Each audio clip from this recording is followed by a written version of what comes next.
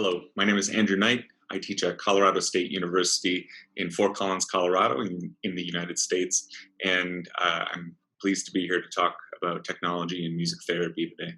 It's not lost on me that I might have one of the more ironic presentations at this conference, given that we're on this particular medium and that you're watching this presentation through a variety of means, and who knows where you're watching it or what time you might be watching it.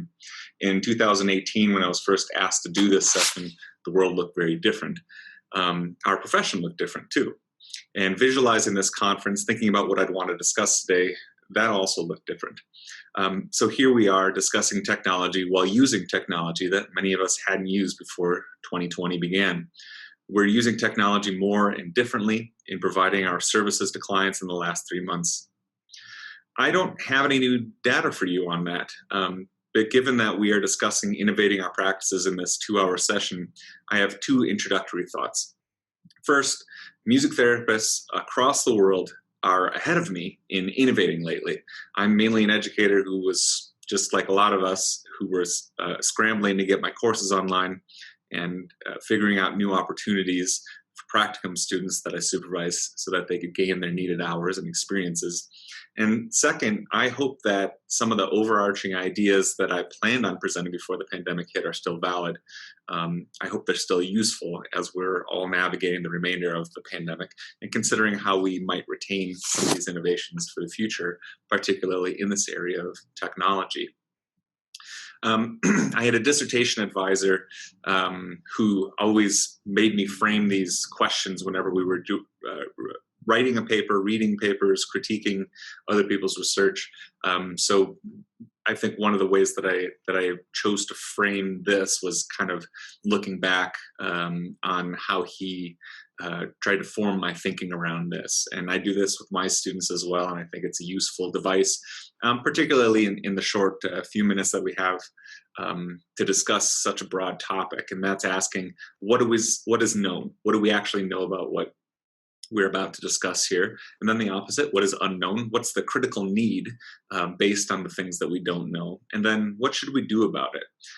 Usually that last question is like a student comes to me and they want to do a thesis, and we say, what's the critical need? What am I going to do about it? And so I'll say this more in the collective, in the what should we do about it? What are things that we can do if you agree with me on the first 3, what is known, what's unknown, and what those critical needs are. And maybe you can come up with some more knowns and unknowns and critical needs as well. Let's start with what is known. In terms of technology, a great deal is known to us. This quote warns us that it's not what we don't know. It's not our ignorance about certain topics. It's thinking that we have it just by the means to obtain it. How do we know that this is the case? Because many of us have searched for chords to a song on the internet, and we found out they were wrong. We've plugged a 1/4-inch cord into a speaker at the start of a group, but figured out the keyboard still isn't working. All this is still ways of thinking that we know something and that we don't. So it's not about ignorance. It's not the lack of knowledge. And I'll come back to the illusion of knowledge part at the end, but it's not the lack of knowledge. Technology, especially with the internet, we can have the feeling that we know quite a bit about things generally. In the States, Robert Kraut, especially in the paper that you see on the left side of the screen, started writing about technology in music therapy in 1987 in one of our journals, Music Therapy Perspectives, and I've got the front page of that. You can see it's called The Microcomputing Music Therapist, a primer that Kraut did back then, where he was really just talking about here's what a computer is and here's what a floppy disk is and how it might work. He later also had a series of articles that was called under the heading Integrating Technology. It was before the time when the internet was widely available. It was just in its infancy and really didn't come online or on board around here until about the mid-1990s or so. And he was exploring this business of microcomputing and MIDI technology, digital interfaces for musical instruments, how to modify instruments for clients to play. Why do clinicians need to create new sounds? Why might they want to? So he was asking, what is known? And Kraut showed us this.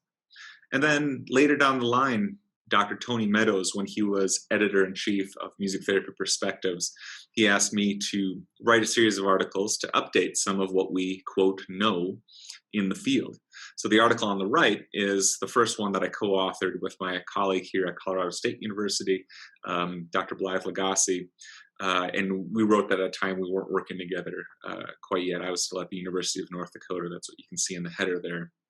But we put this article out that says Reconnecting Music Technology, looking back and looking forward, that acknowledged that Kraut had been already looking at what technology meant at that time in particular.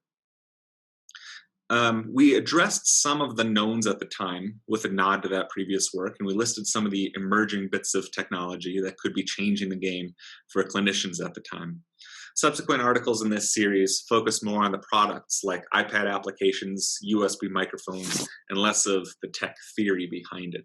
So we were trying to get at, Kraut is saying this is what we know in the late 80s and early 90s, and we were trying to say this is what we know now, just in the 2010s or so, and also looking back on it. So we were trying to give a well-rounded ideal of what is known.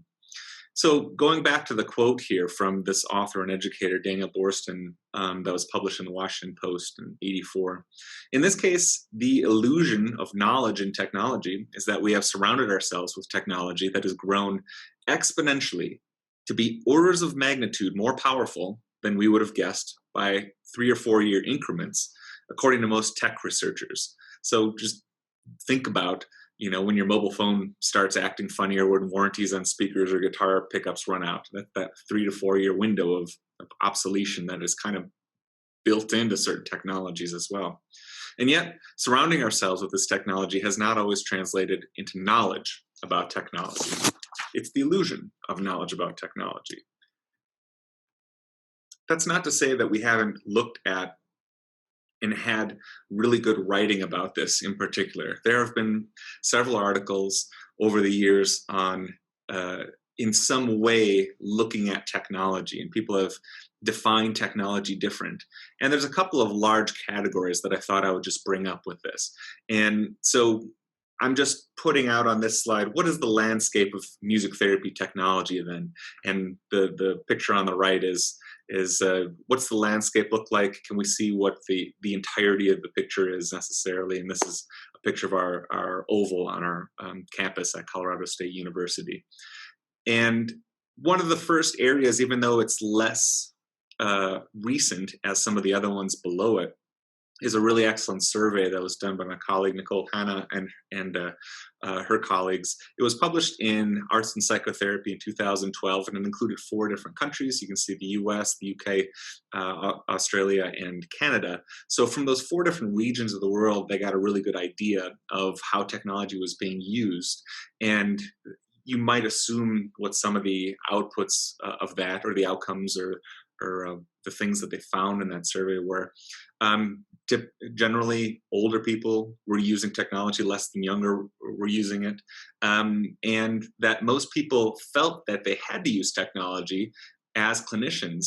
However, they didn't feel prepared for it. They didn't feel like their education helped them learn what their use of technology might look like in a clinical setting. Here's a couple other ideas. Mode of delivery. So we're increasingly getting more into this telehealth space, telemusic therapy, lots of different terms that people have been using over the years. These aren't exhaustive lists or anything. These just happen to be, like I said, newer articles that I'm using as examples. So Spooner et al., also in Arts and Psychotherapy, where they did case studies looking at how they did telehealth music therapy session, or music therapy, dance movement therapy, for veterans in particular, people with past military service.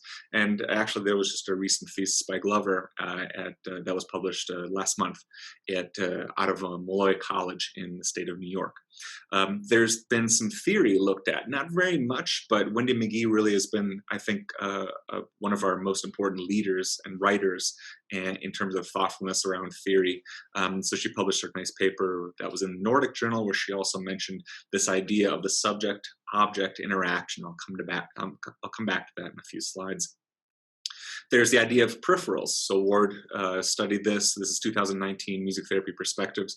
Peripherals meaning what are the stuff what's the stuff around the the laptop or the desktop environment. What are the stuff that you can plug in and use?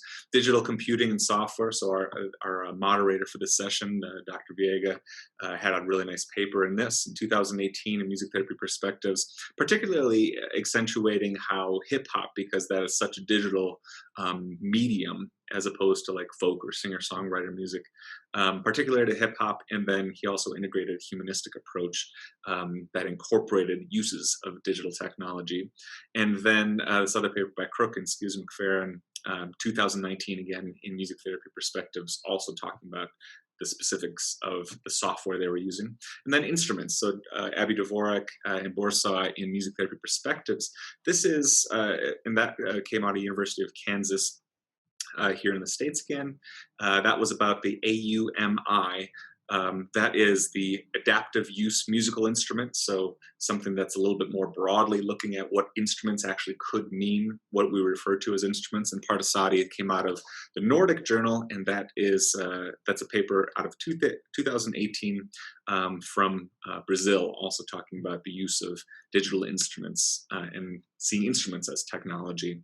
So these are the knowns. This is just a little snippet of what the literature has been looking like, and the publication record's been really good on it. It just has to turn over a lot faster, which brings us to our unknowns. So I've got 3 different categories here.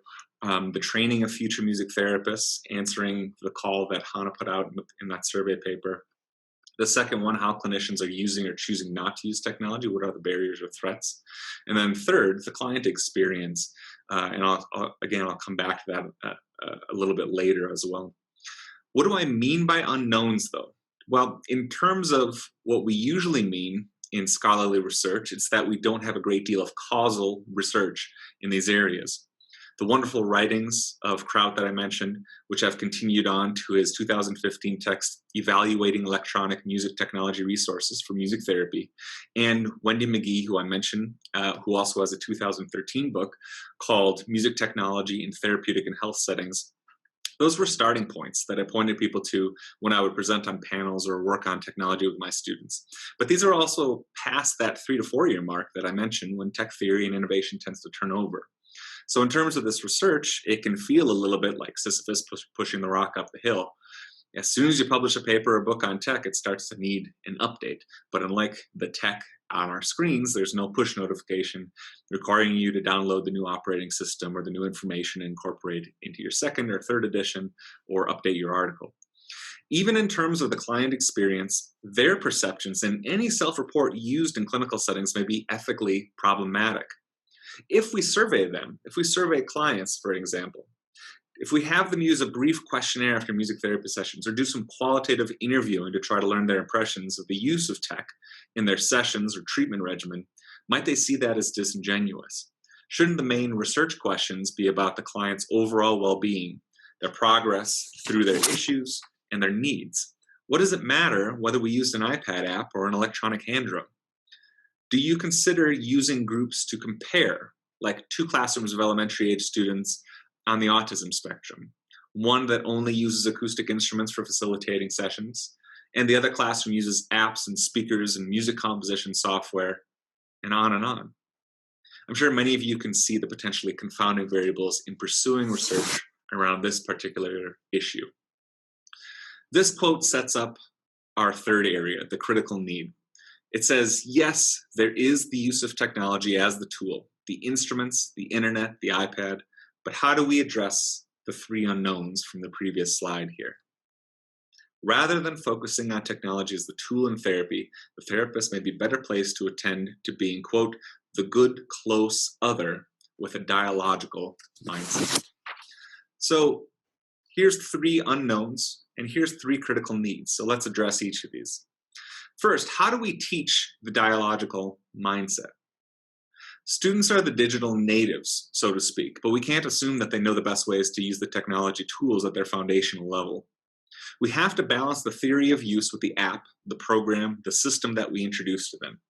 But educators will likely do well with this. I'm optimistic that as digital native generations move into academia, they may have less apprehension about diving into technology to learn for themselves. And many likely use technology clinically before entering into academia. Hopefully, the days of the professor with the self-deprecating comments at the head of the classroom, struggling to make a video play or start up a recording program, and proclaiming, I'm such a Luddite with this stuff, or saying, I am so not a techie person. So hopefully those things will go away. Not because there still won't be people who have a natural predilection against the use of technology. People who have had negative experiences with technology, people who have diverse personalities, some that don't lend themselves to approaching technology the way others of us do. But we do need those phrases to go away so that we can model openness and humility using technology for our students. Second, clinicians who can match the thoughtfulness of theory with the utility of instruments. As I said when I was interviewed for promoting these different spotlight sessions, my general view on technology is actually to probably use it less than you think you should. And third, we need to engage in evidence-based practice, the three-part method for approaching clinical decision-making in music therapy. The three parts of evidence-based practice are using the best available research, understanding our own clinical expertise, what is inside and outside of that, and then understanding client preferences and how they play into our clinical decision-making. Evidence-based practice and the use of technology means that the client is still at the center of our process, not the newest update to GarageBand or digital instrument interfaces or iPad apps and other peripherals like that. So that brings us to the final point. What should we do about it? We did what's known, what is unknown, what is the critical need, and then on top of that critical need, the idea that technology is so rapidly evolving, it accentuates those three critical needs in the previous slide. So what should we do about it? Well, one way to look at this is to consider ourselves taking a dialectical approach as a profession. So what is our both and way of looking at this? How do we support educators who are teaching students and support clinicians who already have years of clinical expertise?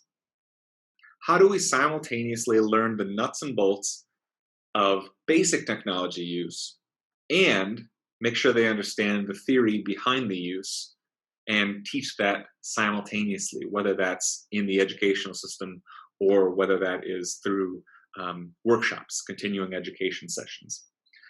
And how do we lean on published research that sometimes loses its utility, and at the same time, how do we create bold and future-reaching research programs? And I'll add here also, while hopefully we're maintaining the ethics around it that I mentioned in some of the previous slides.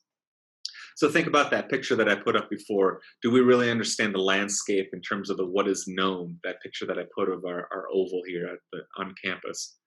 Can we see the forest through the trees? Are we able to see that the trees are just the little bits of technology and the forest is the whole system? It's the system of therapy, it's the approach, it's your models, it's your, at the core of it, are you still maintaining the forest of the therapeutic relationship with each of your clients, patients, etc.?